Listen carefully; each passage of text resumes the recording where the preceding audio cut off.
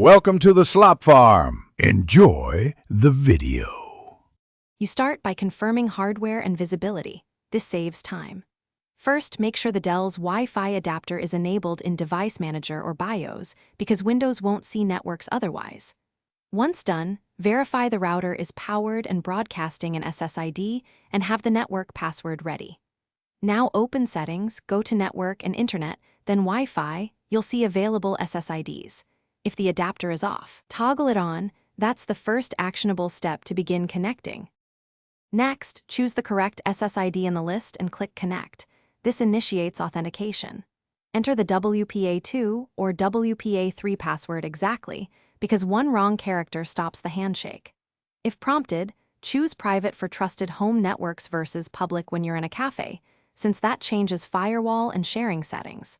Make sure to check Connect automatically if you want the Dell to rejoin later.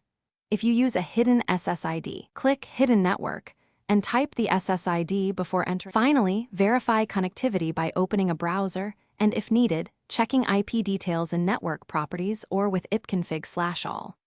If you don't receive an IP, restart the Wi-Fi adapter or reboot the router because DHCP can hang. Then try reconnecting. If issues persist, run the Windows Network Troubleshooter to gather diagnostics and make sure the wireless driver is current, update or reinstall it. One quick troubleshooting tip: temporarily disable VPNs or security software since they. Thanks for watching. Consider subscribing if we helped you today.